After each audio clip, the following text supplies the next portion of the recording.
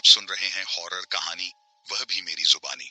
तो दोस्तों, आज मैंने आप लोगों के लिए खौफनाक और सस्पेंस से भरी हुई कहानी लेकर आया हूं, वह भी हॉन्टेड रेलवे स्टेशन के बारे में। कहानी बहुत ही डरावनी है, इसलिए आप लोग वीडियो को अंत तक जरूर देखें। तो दोस्तों, आप लोग मुझे सुझाव दे सकते हैं कि मैं आपके लिए अगला वीडियो टॉपिक क्या ला सकता हूं, तो कमेंट करके मुझे जरूर बताना। दोस्तों, अगर आपके पास कोई डरावनी सच्ची कहानी है तो आप मुझे इंस्टाग्राम पर अपनी कहानी भेज सकते हैं।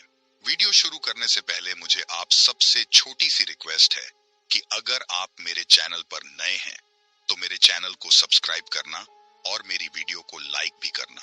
और दोस्तों, कमेंट करके हमें जरूर बताना कि हमारी कहानी आपको कैसी लगी, और आप अपना नाम भी लिखना और यह भी बताना कि आप किस शहर से मेरी वीडियो को देख रहे हो।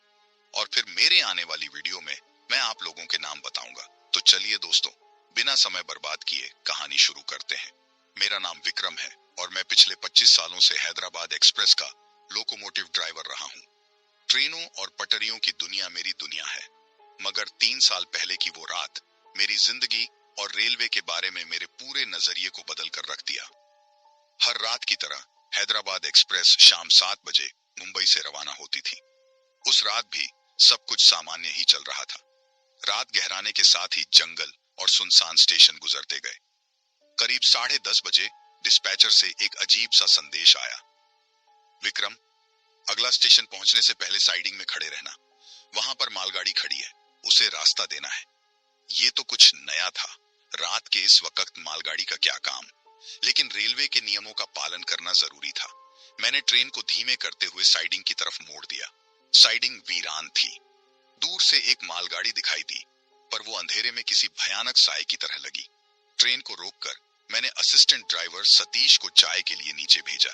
कुछ देर बाद सतीश दौड़ता हुआ वापस आया। उसका चेहरा सफेद पड़ा हुआ था। विक्रम बाबू, उसने हांफते हुए कहा, वो मालगाड़ी, वो खाली है। मुझे उसकी बात पर यकीन नहीं हुआ। खाली मालगाड़ी रात के वक्त साइडिंग में क्यों खड़ी होगी? मैंने खुद नीचे जाने का फैसला किया। टॉर्च जलाकर मैं मालगाड़ी की तरफ बढ़ा। डिब्बों के दरवाजे खुले हुए थे। अंदर का नजारा खौफनाक सन्नाटे से भरा हुआ था। अचानक एक जोरदार चीख सुनाई दी। चीख स्टेशन की तरफ से आ रही थी। घबराते हुए मैं वापस दौड़ा। स्टेशन की इमारत जीर्ण शीर्ण हालत में थी, सालों पहले बंद कर दी गई होगी। टॉर्च की रोशनी में मैंने देखा कि स्टेशन मास्टर का कमरा खुला हुआ है। कमरे के अंदर का नजारा देखकर मेरी रूह कांप गई। स्टेशन मास्टर की कुर्सी पर एक लाश बैठी हुई थी। उसकी आंखें खुली थीं और चेहरे पर दहशत जमी हुई थी। टेलीफोन का रिसीवर उसके कान पर टिका हुआ था, जैसे वो अभी भी किसी से बात कर रहा हो। पता नहीं मुझे क्या हुआ, लेकिन मैं चीखते हुए वापस ट्रेन की तरफ भागा। सतीश ने मुझे ट्रेन में खींच लिया। उसने पूछा, विक्रम बाबू, आप ठीक हैं? मैं बोल नहीं पा रहा था, बस सिर हिलाकर उसे ट्रेन स्टार्ट करने का इशारा किया। ट्रेन ने जोर से सीटी बजाई और साइडिंग से निकलने लगी। पीछे मुड़कर देखा तो मालगाड़ी और वो बंद स्टेशन अंधेरे में गायब हो चुके थे। सुबह होते ही मैंने डिस्पैचर को रात की घटना बताई। वो हैरान रह गया। उसने बताया कि उस रास्ते में कोई साइडिंग ही नहीं है और न ही कोई बंद स्टेशन। उस रात के बाद मेरी जिंदगी बदल गई। नींद आना बंद हो गई। रातों को अकेले रहना मुश्किल हो गया। हर रात को 10 बजे मुझे उस स्टेशन मास्टर की लाश और खाली मालगाड़ी का खौफ सताता। कुछ दिनों बाद मैंने रेलवे के पुराने रिकॉर्ड खंगाले। पता चला कि सालों पहले उसी रास्ते पर एक हादसा हुआ था। एक मालगा गाड़ी नदी में गिर गई थी। उसमें सवार सभी कर्मचारियों की मौत हो गई थी। हादसे के बाद उस रास्ते को बंद कर दिया गया था और एक नया रास्ता बनाया गया था। ये जानकर मेरी रूह कांप गई। क्या वो खाली मालगाड़ी और बंद स्टेशन उसी हादसे का भयानक रूप थे? क्या स्टेशन मास्टर की आत्मा अब भी फंसी हुई थी, किसी मदद की आस में? मैंने फैसला किया कि उस स्टेशन मास्टर की आत्मा को शांति दिलाई चाहिए। अपने एक पुजारी दोस्त की मदद से हमने उस बंद स्टेशन पर जाने का इंतजाम किया। एक रात हम ट्रेन को उस जगह पर ले गए जहां मुझे साइडिंग दिखाई दी थी। ये रात आम रातों से अलग थी। हवा में एक अजीब सी सनसनाहट थी और आसमान में काले बादल छाए हुए थे। टॉर्च की रोशनी में हमने जंगल में एक संकरे रास्ते को ढूंढ निकाला। रास्ता हमें एक जीर्ण शीर्ण स्टेशन की तरफ ले गया। स्टेशन मास्टर का कमरा खुला हुआ था। अंदर का नजारा वैसा ही भयानक था। पंडित जी ने पूजा का सामान निकाला और मंत्रों का जाप शुरू कर दिया। उनकी आवाज स्टेशन की खामोशी को चीर रही थी। पूजा के दौरान हवा में एक अजीब सी हलचल मची। हमने देखा कि स्टेशन मास्टर की लाश धीरे धीरे हिलने लगी। उसकी आंखों से आंसू निकल रहे थे। पंडित जी ने मंत्रों का जाप और तेज कर दिया। अचानक स्टेशन मास्टर की लाश से एक जोर का चीख निकली। कमरे का तापमान अचानक गिर गया, मानो कोई ठंडी हवा का झोंका आया हो। कुछ देर बाद चीखें बंद हो गईं। लाश अब शांत पड़ी हुई थी। चेहरे पर एक अजीब सी शांति थी। पंडित जी ने बताया कि आत्मा को मुक्ति मिल गई है। हम स्टेशन से निकले, राहत का सांस लिया। वापसी में पीछे मुड़कर देखा तो स्टेशन और आसपास का इलाका गायब हो चुका था, मानो वो कभी था ही नहीं। उस रात के बाद वो खौफनाक स्टेशन और मालगाड़ी मुझे कभी दोबारा नहीं दिखाई दी। मेरी नींद वापस आ गई और जिंदगी धीरे धीरे पटरी पर लौटने लगी। लेकिन ये घटना मुझे ये बता गई कि दुनिया में ऐसी चीजें भी मौजूद हैं जिनके बारे में हम नहीं जानते। रेलवे की पटरियां सिर्फ स्टेशनों और शहरों को नहीं जोड़ती, बल्कि कभी कभी अतीत के भयानक राजों को भी अपने साथ लिए चलती हैं। ये मेरी कहानी है, विक्रम हैदराबाद एक्सप्रेस का ड्राइवर। और ये कहानी आपको ये बताने के लिए काफी है कि कभी भी रात के अंधेरे में किसी अनजानी साइडिंग पर रुकने की कोशिश मत करना। आप नहीं जानते कि वहां आपको क्या मिल सकता है। हालांकि वो भयानक स्टेशन और मालगाड़ी मुझे दोबारा दिखाई नहीं दी, लेकिन रातों को एक नया खौफ सताने लगा। हर रात सपने में मुझे वो स्टेशन मास्टर दिखता। उसका चेहरा शांत तो था, मगर आंखों में एक गहरा दुख था। वो कुछ कहना चाहता था, पर उसकी आवाज नहीं सुनाई देती थी। कुछ रातों बाद सपने में स्टेशन मास्टर कुछ अलग दिखा। वो इशारा कर रहा था कि उसके पीछे देखूं। मैंने देखा कि स्टेशन के पीछे नदी का किनारा है और वहां पर एक टूटी हुई मालगाड़ी पड़ी हुई है। डिब्बों के अंदर हड्डियों का ढेर लगा हुआ था। उस सपने के बाद मेरी बेचैनी और बढ़ गई। मुझे लगने लगा कि स्टेशन मास्टर की आत्मा को शांति नहीं मिली है। शायद उसे कुछ अधूरा काम था जिसे पूरा करने की जरूरत थी। पंडित जी से दोबारा बात की। उन्होंने बताया कि कभी कभी आत्माओं को न सिर्फ मुक्ति चाहिए होती है, बल्कि ये भी जानना होता है कि उनके साथ हुआ अन्याय का बदला लिया गया है या नहीं। उनकी बातों ने मुझे सोचने पर मजबूर कर दिया। हादसे के बारे में जो मैंने पढ़ा था उसमें सिर्फ इतना ही बताया गया था कि ट्रेन नदी में गिर गई थी। क्या हादसा वाकई में एक दुर्घटना थी या कोई साजिश थी? मैंने रेलवे के पुराने रिकॉर्ड खंगाले। ढेर सारे दस्तावेजों को पलटने के बाद मुझे एक छोटी सी रिपोर्ट मिली। उस रिपोर्ट में लिखा था कि हादसे की जांच में कुछ गड़बड़ियां थीं। कुछ सबूत नजरअंदाज कर दिए गए थे। रिपोर्ट पढ़कर मेरा खून खौल उठा। किसी ने जानबूझकर हादसे को दुर्घटना का रूप दिया था। शायद यही वजह थी कि स्टेशन मास्टर की आत्मा को शांति नहीं मिल रही थी। अब मेरा मकसद बदल गया था। सिर्फ स्टेशन मास्टर की आत्मा को शांति दिलाना काफी नहीं था। मुझे उस हादसे की सच्चाई का पता लगाना था और दोषियों को उनके की सजा दिलवानी थी। इस काम में मुझे सतीश का साथ मिला। वो भी उस रात की घटनाओं से परेशान था। हमने मिलकर कुछ रिटायर्ड रेलवे अधिकारियों से संपर्क किया। उन्होंने बताया कि उस हादसे के वक्त रेलवे में बड़ा घोटाला चल रहा था। कुछ अधिकारी मिलकर घटिया सामान का इस्तेमाल कर रहे थे, जिससे कई ट्रेनों में तकनीकी खराबी आ चुकी थी। हमने इकट्ठा किए गए सबूतों को रेलवे के उच्च अधिकारियों के सामने रखा। जांच शुरू हुई और पुराने रिकॉर्ड्स फिर से खंगाले गए। लंबी प्रक्रिया के बाद उन अधिकारियों का पर्दाफाश हुआ जिन्होंने घटिया सामान का इस्तेमाल करके हादसे को दावत दी थी। अदालत में मुकदमा चला और दोषियों को सजा सुनाई गई। ये सुनकर मुझे लगा जैसे एक बोझ मेरे सीने से हट गया है। उस रात सोने से पहले मैंने सपने में स्टेशन मास्टर को फिर से देखा। इस बार उसके चेहरे पर शांति थी। उसने आभार व्यक्त किया और धीरे धीरे अंधेरे में खो गया। हालांकि वो सपने अब नहीं आते, लेकिन रेलवे की पटरियों पर चलने वाली हर ट्रेन की सीटी में मुझे अब भी उस हादसे की गूंज सुनाई देती है और स्टेशन मास्टर की आंखों में छिपा हुआ दुख याद आता है। ये एक ऐसी कहानी है जिसे मैं कभी नहीं भूल पाऊंगा। ये कहानी न सिर्फ भूतों और आत्माओं की है, बल्कि लाल साल बीत गए। रेलवे की नौकरी से रिटायर हो चुका हूँ, लेकिन वो आखिरी स्टेशन और स्टेशन मास्टर का चेहरा मेरी रातों की नींद चुराता रहा। सपने तो आने बंद हो गए थे, मगर एक अजीब सा खौफ बना हुआ था। एक रात अचानक बिजली चली गई। अंधेरे में लेटे हुए मुझे ट्रेन की सीटी की आवाज सुनाई दी। ये सीटी हमेशा की तरह नहीं थी, बल्कि एक लंबी उदास सी आवाज थी। ऐसा लग रहा था जैसे कोई ट्रेन खोई हुई है, रास्ता खोज रही है। सीटी की आवाज धीरे धीरे पास आने लगी। बाहर बारिश हो रही थी। हवा में एक अजीब सी गंध फैल गई थी, सड़ी हुई धातु और गीली मिट्टी की गंध। जैसे ही सीटी की आवाज मेरे घर के ठीक सामने आई, अचानक सब कुछ रुक गया। एकदम सन्नाटा छा गया। घबरा कर उठा, खिड़की के पास गया।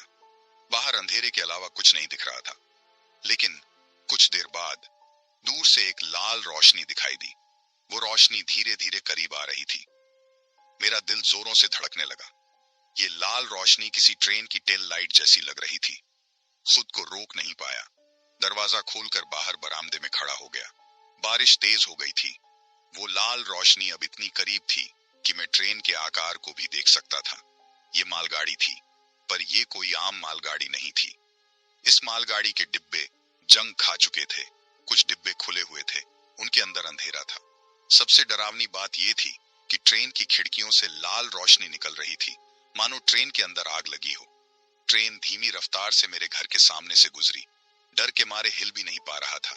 जैसे ही इंजन मेरे सामने आया, ड्राइवर की सीट खाली दिखाई दी, लेकिन इंजन के पास खड़े होकर मुझे एक धुंधली आकृति दिखाई दी। वो आकृति स्टेशन मास्टर जैसी ही थी, पर अब उसका चेहरा विकृत हो चुका था। आंखों में सिर्फ क्रोध की ज्वाला थी। वो कुछ कहना चाहता था, पर उसकी आवाज हवा में खो गई। ट्रेन तेजी से आगे बढ़ गई। लाल रोशनी धीरे धीरे दूर होती गई और फिर से एकदम सन्नाटा छा गया। बारिश थम चुकी थी, बस हवा में सड़ी हुई धातु की गंध बाकी रह गई थी। उस रात के बाद से वो लाल रोशनी वाली ट्रेन मुझे हर रात दिखाई देती है। कभी मेरे घर के सामने से गुजरती है, कभी दूर से गुजरती हुई उसकी सीटी सुनाई देती है। पता नहीं ये कैसा अभिशाप है। क्या स्टेशन मास्टर की आत्मा को अभी भी शांति नहीं मिली, या ये कोई नया खतरा है? ये सवाल मुझे हर रात सताते हैं। अब सिर्फ यही उम्मीद है कि किसी और को ये लाल रोशनी वाली ट्रेन न दिखाई दे, क्योंकि जिसे भी ये ट्रेन दिखाई देगी, उसका सामना भी उसी भयानक अतीत और अधूरे कार्यों से होगा जिसने मुझे रातों की नींद चुरा ली है। नींद तो दूर की बात हो गई, मेरी आंखों की पुतलियां भी अब पूरी तरह बंद नहीं होती। हर रात लाल रोशनी वाली ट्रेन के गुजरने का इंतजार और फिर उससे निकलने वाली विकृत आकृति का खौफ मेरी जिंदगी का हिस्सा बन चुके थे। एक रात ट्रेन हमेशा की तरह आई, धीमी गति से गुजरी, पर इस बार कुछ अलग था। ट्रेन रुक गई मेरे घर के ठीक सामने। डर के मारे हिल नहीं पा रहा था। फिर इंजन के पास खड़ी आकृति ने इशारा किया, जैसे मुझे बुला रहा हो। कुछ देर संघर्ष के बाद मैं अपने पैरों को घसीटता हुआ बरामदे से बाहर निकल गया। बारिश तो नहीं हो रही थी, पर हवा इतनी ठंडी थी मानो सीधे नदी की गहराई से आ रही हो। ट्रेन के पास पहुंचने पर आकृति ने फिर से इशारा किया, इस बार टूटे हुए मालगाड़ी के डिब्बे की तरफ। मेरा कलेजा कांप रहा था, पर जिज्ञासा इतनी तीव्र थी कि मैं मना नहीं कर सका। डिब्बे के अंदर का नजारा दिल दहला देने वाला था। अंधेरे में हड्डियों का ढेर लगा हुआ था। हवा में सड़ी हुई लाशों की गंध फैली थी। अचानक एक खौफनाक आवाज गूंजी, उन्हें ढूंढो। आवाज इतनी भयानक थी कि मैं जमीन पर गिर पड़ा। उठने की कोशिश कर रहा था कि आवाज फिर आई, उन्हें वापस लाओ। पता नहीं कितनी देर बाद होश आया। सूर्योदय हो चुका था। मैं बरामदे में पड़ा हुआ था। बारिश थम चुकी थी, बस हवा में सड़ी हुई गंध बाकी थी। ट्रेन और आकृति गायब हो चुकी थी। अब ये सिर्फ सपना नहीं रह गया था। लाल ट्रेन और आत्मा मुझसे कुछ मांग रही थी, शायद उन हड्डियों को शांति दिलाने के लिए, शायद उस हादसे के गुप्त रहस्य को उजागर करने के लिए।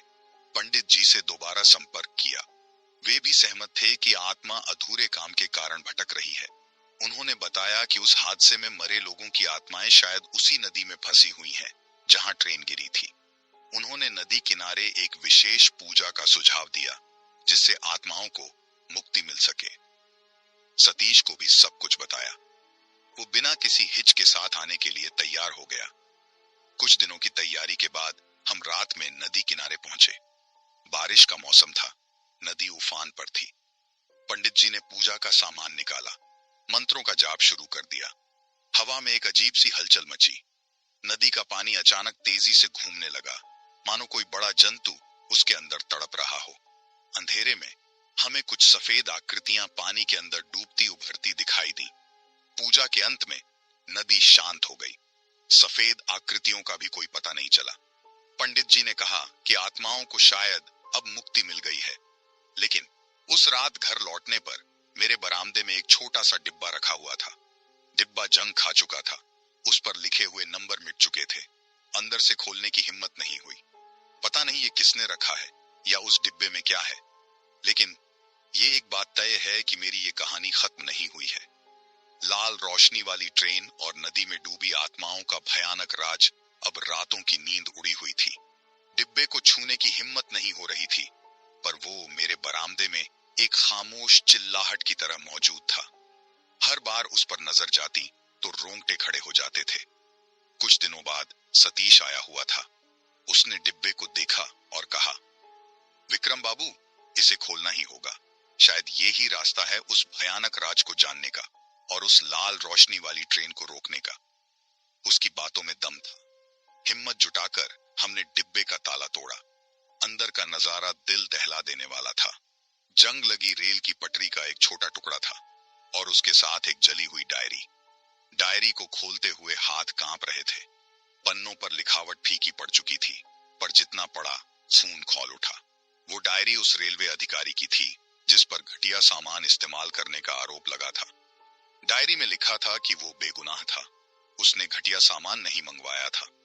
किसी और ने जानबूझकर फर्जी सामान की सप्लाई की थी और उसे फंसाने की साजिश रची थी। हादसे के बाद उसे बलि का बकरा बना दिया गया।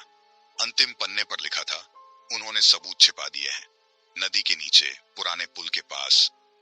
डायरी पढ़कर सारी कहानी बदल गई। असली गुनहगार अब भी बाहर घूम रहा था। सतीश और मैंने फैसला किया कि पुलिस को सब बताएंगे, डायरी को सबूत के तौर पर पेश करेंगे। लेकिन रातों को लाल रोशनी वाली ट्रेन का खौफ बना हुआ था। पता नहीं वो कब दोबारा आएगी और इस बार उसका मकसद क्या होगा। कुछ दिनों बाद पुलिस को सबूत सौंप दिया। जांच शुरू हुई। पुरानी फाइलें खंगाली गईं। नदी के किनारे भी गोताखोरों को भेजा गया।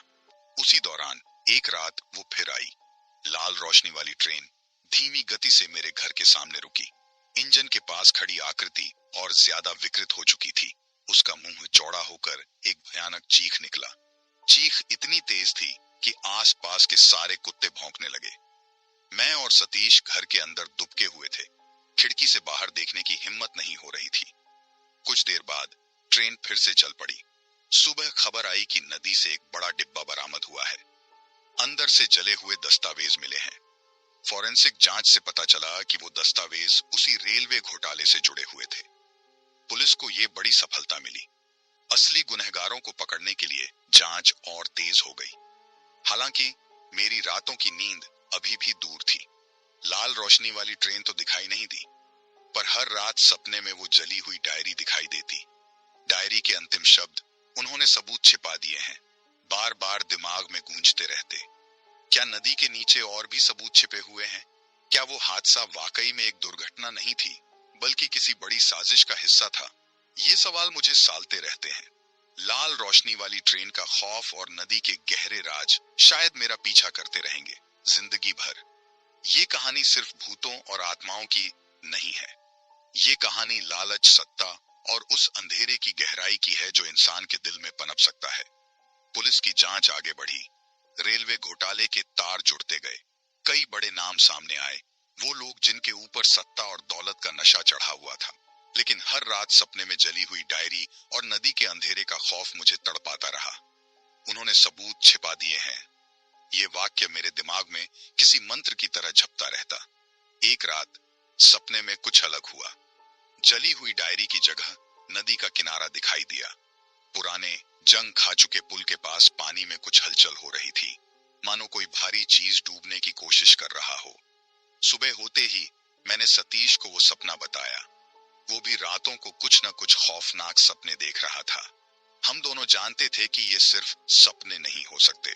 पुलिस को सूचित किया गया। गोताखोरों को दोबारा नदी में भेजा गया। इस बार उनकी खोज सफल रही। पुराने पुल के पास नदी की तलहटी में एक लोहे का बक्सा बरामद हुआ। बक्से को खोलने की हिम्मत किसी में नहीं थी। आखिरकार फौज की मदद ली गई। बक्से के अंदर जो मिला उसने सबकी रूह कांपा दी। हड्डियों का ढेर था, इंसानी हड्डियां, दर्जनों की संख्या में। फोरेंसिक जांच में पता चला कि ये हड्डियां उन लापता रेलवे कर्मचारियों की थीं जो हादसे के बाद कभी नहीं मिले। इन हड्डियों पर किसी तरह का कोई निशान नहीं था, कोई चोट, कोई फ्रैक्चर, मानो उन्हें जानबूझकर किसी रासायनिक पदार्थ से गला दिया गया हो। ये खुलासा भयानक था। हादसा सिर्फ एक दुर्घटना नहीं था, बल्कि एक सुनियोजित हत्याकांड था। जांच में पता चला कि रेलवे के उच्चाधिकारियों ने बीमा के पैसे के लालच में इन कर्मचारियों को मार डाला था और हादसे का नाटक रचाया था। हत्याकांड का पर्दाफाश हुआ, दोषियों को सजा मिली, लेकिन ये जीत अधूरी सी लगी। उन बेगुनाहों की आत्माओं का क्या? क्या उन्हें कभी शांति मिलेगी? सपने अब भी आते हैं। नदी का किनारा, जंग खाया हुआ पुल और नदी की गहराई से निकलती हुई आवाजें। मुझे माफ करो, शायद वो आवाजें उन बेगुनाहों की हैं जो अब भी शांति ढूंढ रही हैं। शायद लाल रोशनी वाली ट्रेन का राज भी उसी नदी की गहराई में कहीं छिपा हुआ है। एक राज जो बताता है कि कैसे लालच और अंधेरे का तालमेल खौफनाक हादसों और बेरहम हत्याओं को जन्म देता है। ये कहानी भूतों और आत्माओं की नहीं है। ये कहानी इंसानियत के दफन होने की दास्तान है, जिसे नदी का काला पानी भी छुपा नहीं सकता। और ये दास्तान शायद मुझे जिंदगी भर याद दिलाएगी कि इंसान से बड़ा कोई भूत नहीं होता।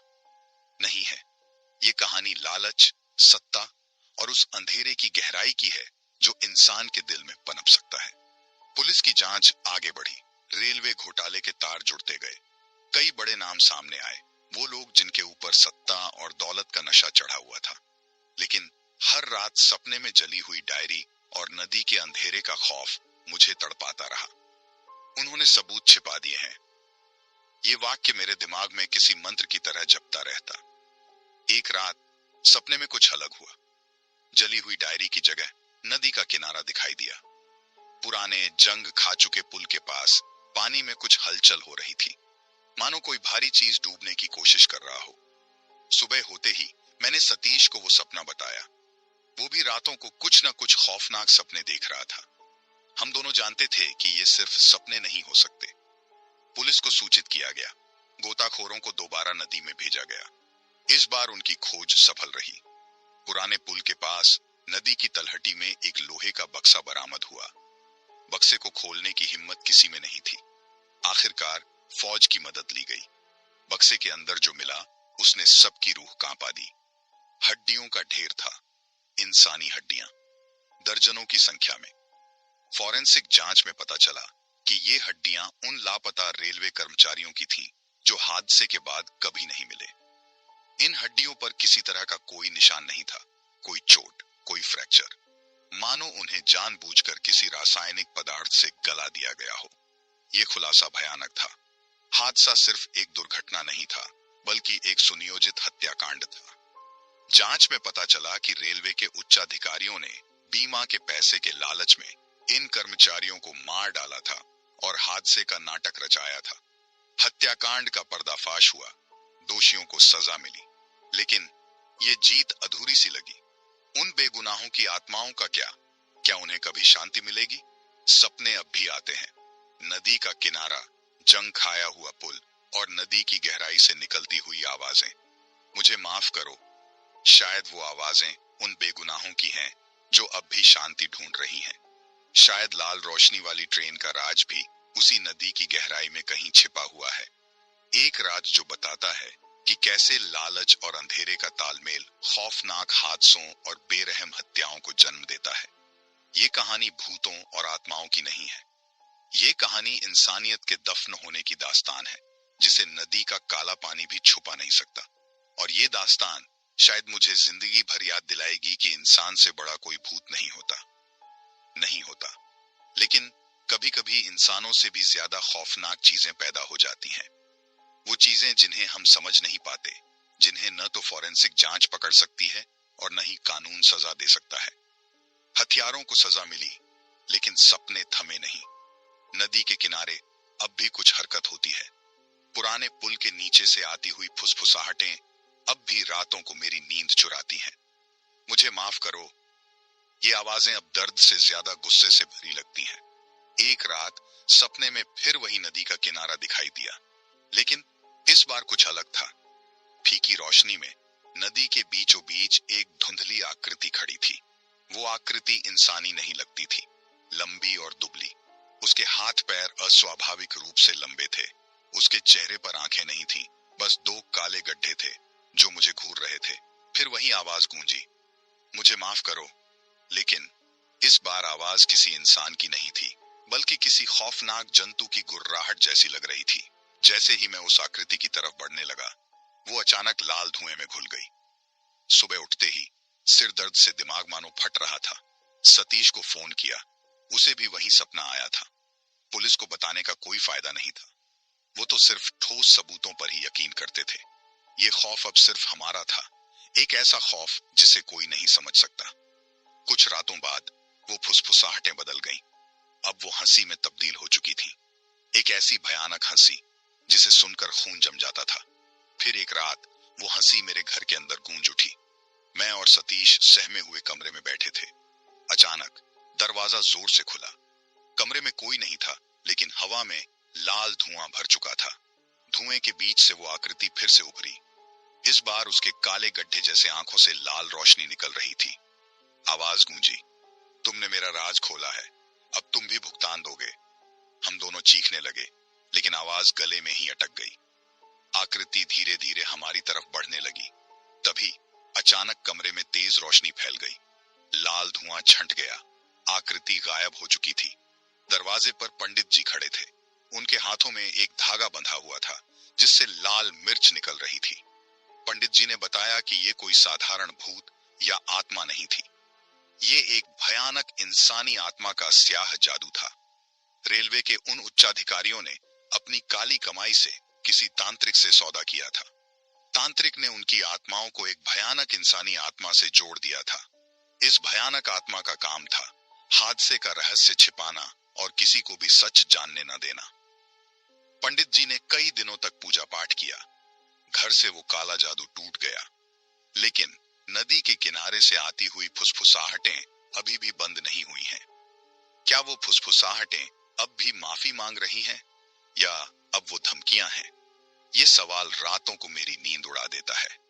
पंडित जी तो कहते हैं कि काला जादू टूट चुका है, मगर वो खुद भी नदी किनारे से आने वाली फुसफुसाहटों को कभी कभी सुन लेता है।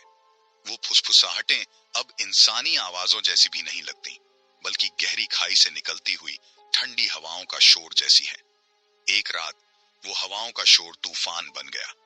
बारिश शुरू हो गई। बिजली कड़क रही थी। अचानक बिजली की एक चमक के साथ मेरी खिड़की का शीशा चकनाचूर होकर गिरा। बाहर नदी उफान पर थी, मानो कोई दैत्याकार जंतु उसके अंदर पलटियां खा रहा हो। फिर वही लाल धुआं कमरे में भर गया। इस बार धुएं से निकलने वाली आकृति पहले से भी ज्यादा खौफनाक थी। उसके काले गड्ढों से निकलने वाली लाल रोशनी अब आग की लपटों जैसी थी। तुमने मेरा राज खोला, अब तुम भी उसी रसातल में आओगे। आवाज कमरे में गूंजी, इतनी तेज कि कानों में दर्द होने लगा। पंडित जी के सारे मंत्र फीके पड़ गए। लाल धुआं हमें घेरने लगा। सांस लेना मुश्किल हो गया। तभी अचानक नदी की तरफ से एक और आवाज सुनाई दी। वह आवाज डरावनी तो थी, मगर उसमें गुस्से से ज्यादा वेदना झलकती थी। उन्हें छोड़ दो, ये मेरा बदला है। धुआं थोड़ा हटा। नदी की तरफ देखा तो वहां वही धुंधली आकृति खड़ी थी जिसे मैंने सपने में देखा था, लेकिन अब वो पहले से कहीं ज्यादा भयानक लग रही थी। दोनों आकृतियां आपस में लड़ने लगीं। कमरा अजीब सी रोशनी से भर गया। ये लड़ाई किसी कुश्ती जैसी नहीं थी, बल्कि दो बुरी आत्माओं का ऊर्जा का टकराव था। पंडित जी ने हमें कमरे के एक कोने में खड़े होने को कहा और फिर कुछ संस्कृत के श्लोक पढ़ने लगे। उनकी आवाज कमरे में गूंजने लगी। कुछ देर की भयानक लड़ाई के बाद नदी वाली आकृति ने जोर से चीख मारी। लाल धुआं तेजी से सिमटने लगा और आखिरकार कमरे से गायब हो गया। दोनों आकृतियां भी गायब हो चुकी थीं। कमरे में सन्नाटा छा गया, सिर्फ बारिश की तेज आवाज सुनाई दे रही थी। सुबह होने पर नदी किनारे एक जला हुआ लाश जैसा पदार्थ मिला। फॉरेंसिक जांच में भी ये पता नहीं चल सका कि वो लाश किसकी थी, या वो इंसान था या कोई और चीज। पंडित जी कहते हैं कि शायद नदी वाली आत्मा रेल हादसे में मरे हुए किसी यात्री की थी, जिसे उस भयानक तांत्रिक ने अपने जाल में फंसा लिया था, और अब वो आत्मा उस तांत्रिक के साथ नष्ट हो चुकी है। लेकिन मैं अभी भी पूरी तरह से शांत नहीं हुआ हूँ। रातों को कभी कभी, खासकर जब तूफान आता है, तो मुझे लगता है कि नदी किनारे से फुसफुसाहटें फिर से आने लगती हैं। शायद वो फुसफुसाहटें कभी बंद नहीं होंगी। शायद वो इस कहानी का वही हिस्सा है जिसे भुलाया नहीं जा सकता। ये कहानी सिर्फ लालच और अंधेरे की नहीं है। ये कहानी इंसानियत के दफन होने और फिर भयानक रूप में वापस आने की भी है। पंडित जी कहते हैं वो फुसफुसाहटें शांत हो गई हैं, लेकिन रात के अंधेरे में, खासकर जब हवा तेज चलती है, तो मुझे लगता है कि मैं टूटी हुई खिड़की के कांच की खनक सुन सकता हूँ। शायद वो आखिरी तूफान का भ्रम है, या शायद वो किसी और चीज की चेतावनी है। एक रात सपने में फिर वही नदी का किनारा दिखाई दिया, लेकिन इस बार नदी सूख चुकी थी। तलहटी पर सिर्फ जमी हुई दरारें थीं। पुराने पुल के नीचे से एक अजीब सी रोशनी निकल रही थी। जैसे ही मैं करीब गया, रोशनी तेज हो गई और एक आवाज गूंजी, अंदर आओ। आवाज किसी इंसान या भूत की नहीं थी, बल्कि सूखी हुई जमीन के फटने की कर्कश आवाज जैसी थी। कुछ देर हिचकिचाने के बाद मैं धीरे धीरे पुल के नीचे गया। रोशनी एक गुफा के मुंह से आ रही थी। अंदर झांकने पर मैंने देखा कि गुफा की दीवारों पर अजीब सी निशानियां बनी हुई हैं। वो निशानियां किसी भाषा के अक्षर जैसी लगती थीं, लेकिन मैं उन्हें समझ नहीं पाया। गुफा के अंदर जाने का साहस नहीं हुआ। मैं वापस लौटने लगा। तभी अचानक जमीन कांपने लगी। गुफा का मुंह तेजी से चौड़ा हुआ, मानो कोई दैत्याकार सांप उसे अंदर से चीर रहा हो। गुफा के अंदर से एक लाल धुआं निकला। उसी धुएं से वो भयानक आकृति फिर से बन गई। उसके काले गड्ढों से निकलने वाली लाल रोशनी अब और भी तेज थी। तुम मेरा राज जानने की कोशिश कर रहे हो। अब तुम भी उसी अंधेरे में खो जाओगे। उससे पहले कि वो मुझ पर हमला कर पाता, जमीन फिर से कांपने लगी, इस बार और भी ज्यादा जोर से। सूखी हुई नदी की तलहटी अचानक से दरक गई। मैं चीखता हुआ उस अथाह गहराई में गिरने लगा। आंखें खुल गईं। मैं अपने बिस्तर पर पसीने से तरबतर लेटा हुआ था। सपना तो टूट चुका था, लेकिन कमरे में एक अजीब सी गंध फैली हुई थी, सूखी हुई मिट्टी और सड़ी हुई लाशों जैसी गंध। खिड़की के पास गया। बाहर सब कुछ सामान्य था, फिर भी मुझे एक बेचैनी सी सता रही थी, मानो कोई खतरा मेरे आसपास मंडरा रहा हो। कुछ दिन बाद नदी के किनारे खुदाई का काम शुरू हुआ। पुराने पुल के पास मिट्टी खोदते समय मजदूरों को एक गुफा का मुंह मिला। अखबारों में खबर छपी कि ये गुफा सदियों पुरानी है और शायद किसी प्राचीन सभ्यता से जुड़ी हुई है। पता नहीं वो कौन सी सभ्यता थी और उस गुफा में क्या छिपा है, लेकिन मुझे किसी कारण से लगता है कि उस गुफा का राज किसी भयानक चीज से जुड़ा हुआ है। शायद उसी चीज से जिसने रेल हादसे का तांडव रचाया था। अभी तक पुरातत्व विभाग की खुदाई जारी है। मैं सोचता हूँ कि क्या वो कभी उस गुफा के अंधेरे रहस्यों को उजागर कर पाएंगे, या फिर उस गुफा में कुछ ऐसा दफना हुआ है जिसे कभी भी बाहर नहीं आना चाहिए। एक बात पक्की है, लाल रोशनी वाली ट्रेन का भयानक राज शायद कभी खत्म नहीं होगा। वो राज नदी के गहरे पानी में, सूख चुकी जमीन में दरारों की तरह, और मेरी रातों की नींद में बेचैन सपनों की तरह हमेशा बना रहेगा। पुरातत्व विभाग की खुदाई तेजी से चल रही थी। अखबारों में हर रोज नई नई जानकारियां छप रही थीं। गुफा की दीवारों पर बने अजीब निशान दरअसल एक मृत भाषा के लिपि थे, जिसे किसी मुश्किल से मुश्किल बादशाह के शासनकाल से जोड़ा गया। लेकिन इन निशानों का अनुवाद करने वाले विद्वानों की अचानक मौतों ने खुशी के माहौल पर ग्रहण लगा दिया। पहले एक, फिर दूसरा विद्वान दिल का दौरा पड़ने से मर गए। अफवाहें उड़ने लगीं कि ये मौतें प्राकृतिक नहीं है, बल्कि किसी अभिशाप का नतीजा है। खुदाई रोकने की मांग उठने लगी, लेकिन विभाग के मुखिया, जिन्हें इतिहास का गहरा जुनून था, अडिग रहे। उन्होंने एक नए विद्वान को बुलाया, डॉक्टर वर्मा। डॉक्टर वर्मा प्राचीन भाषाओं के विशेषज्ञ थे और उनकी बेखौफ जिज्ञासा के लिए जाने जाते थे। कुछ ही दिनों में डॉक्टर वर्मा ने गुफा की दीवारों पर लिखे लिपि का अनुवाद कर लिया। अनुवाद चौंकाने वाला था। ये कोई साधारण गुफा नहीं थी, बल्कि एक प्राचीन मंदिर था जो एक भयानक देवता को समर्पित था। उस देवता का नाम था अंधकार। अनुवाद में लिखा था कि अंधकार को खुश करने के लिए हर साल बलि दी जाती थी। बलि के लिए चुने गए लोगों को लाल रोशनी वाली ट्रेन में बिठाकर दुर्घटना का नाटक रचाया जाता था। अखबारों में यह खबर छपते ही हड़कंप मच गया। लोगों में गुस्सा और डर दोनों था। उसी रात मेरा सपना फिर लौट आया। सूखी हुई नदी की तलहटी, दरकती जमीन और गुफा का मुंह। लेकिन इस बार कुछ अलग था। गुफा के अंदर से लाल धुआं नहीं, बल्कि काला कोहरा निकल रहा था। कोहरे के बीच से सैकड़ों आंखें मुझ पर घूर रही थीं, लाल चमकती हुई आंखें। फिर वही आवाज गूंजी, तुमने मेरा राज खोला है, अब तुम भी अंधकार में शामिल हो जाओगे। मैं चीखते हुए उठा। कमरे में अंधेरा था, बिजली चली गई थी। खिड़की के बाहर से काले कोहरे का गुब्बार आता हुआ दिख रहा था। घर के अंदर अजीब सी हरकतें होने लगी। चीजें गिर रही थीं, फर्नीचर हिल रहा था। सतीश को फोन लगाया, लेकिन उसकी लाइन नहीं मिली। डर के मारे मैं घर से भाग निकला। बाहर सड़कों पर सन्नाटा था। काला कोहरा तेजी से फैल रहा था, जिसके अंदर से लाल आंखें चमक रही थीं। अचानक सामने से लाल रोशनी वाली ट्रेन आती हुई दिखाई दी। ट्रेन धीमी हुई और रुकी। इंजन के पास खड़ी आकृति पहले से भी ज्यादा भयानक लग रही थी। चढ़ो ट्रेन में, आवाज गूंजी। अब तुम हमेशा के लिए अंधकार का हिस्सा हो। ट्रेन के सामने खड़ा होना जहर का घूंट पीने जैसा था, मगर बाहर भागने का भी कोई रास्ता नहीं था। काला कोहरा धीरे धीरे मुझे घेर रहा था। उन लाल आंखों की चमक तेज होती जा रही थी। हिम्मत करके मैं ट्रेन की तरफ बढ़ा। हर कदम के साथ अजीब सी ठंड मेरे शरीर में समा रही थी। इंजन के पास खड़ी आकृति के सामने खड़ा हो गया। आकृति का मुंह एक भयानक मुस्कान में फैल चुका था। उसके काले गड्ढों से लाल आग निकल रही थी। अच्छा हुआ तुम आए, आवाज कमरे में गूंजी, इतनी करीब से कि लगा मानो मेरे कान के पास कोई फुसफुसा रहा हो। अब तुम भी उन बेगुनाहों की तरह मरोगे जिन्हें मैंने बलि दिया था। मेरे मुंह से आवाज नहीं निकल रही थी, बस डर से मैं कांप रहा था। तभी अचानक दूर से एक तेज रोशनी आती हुई दिखाई दी। रोशनी तेज होती गई और मैंने देखा कि वो डॉक्टर वर्मा थे। उनके हाथों में एक प्राचीन दीप जल रहा था।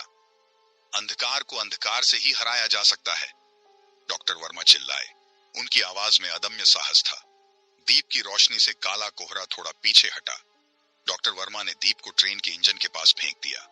दीप की रोशनी छूते ही आकृति चीख उठी, एक ऐसी चीख जो मेरी रूह को खंपा देगी। लाल रोशनी वाली ट्रेन धीरे धीरे काली पड़ने लगी। फिर वो धुआं बनकर हवा में घुल गई।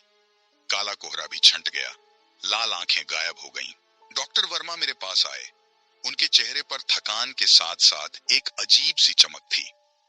उन्होंने बताया कि गुफा के अनुवाद में उन्हें एक मंत्र मिला था, जिसका प्रयोग कर अंधकार को वापस उसकी कैद में भेजा जा सकता है। लेकिन उनकी आंखों में एक डर भी था। उन्होंने बताया कि अनुवाद में यह भी लिखा था कि अंधकार पूरी तरह से खत्म नहीं होता, वो बस कुछ समय के लिए सो जाता है और फिर किसी न किसी रूप में वापस आने का इंतजार करता है। शायद ये कहानी का अंत नहीं है, शायद ये सिर्फ एक अध्याय है, एक भयानक कहानी का, जिसका अगला अध्याय कब और कहां शुरू होगा ये कोई नहीं जानता। ट्रेन के सामने खड़ा होना आसान नहीं था, मगर बाहर का नजारा और भी ज्यादा भयानक था। काला कोहरा मुझे निगलने के लिए तैयार था। आखिरकार हिम्मत करके मैं ट्रेन की तरफ बढ़ा। जैसे ही मैं इंजन के पास खड़ा हुआ, आकृति ने अपना भयानक मुंह चौड़ा किया, मगर उसी समय मेरी जेब से कुछ गिरा। वो पंडित जी का दिया हुआ लाल मिर्च का ताबीज था, जिसे मैं भूल से अपनी जेब में रखे हुआ था। ताबीज जमीन पर गिरते ही एक तेज रोशनी निकली। रोशनी इतनी तेज थी कि मुझे आंखें मूंदनी पड़ी। जब मैंने आंखें खोली तो देखा कि काला कोहरा गायब हो चुका था। लाल रोशनी वाली ट्रेन भी नहीं थी। मेरी तरफ पंडित जी खड़े थे। उनके चेहरे पर राहत का भाव था। तुम ठीक हो? पंडित जी ने पूछा। मैं कुछ बोल नहीं पाया, बस सिर हिला दिया। पंडित जी ने बताया कि उन्हें किसी अज्ञात शक्ति का आभास हुआ था, इसलिए वो मैं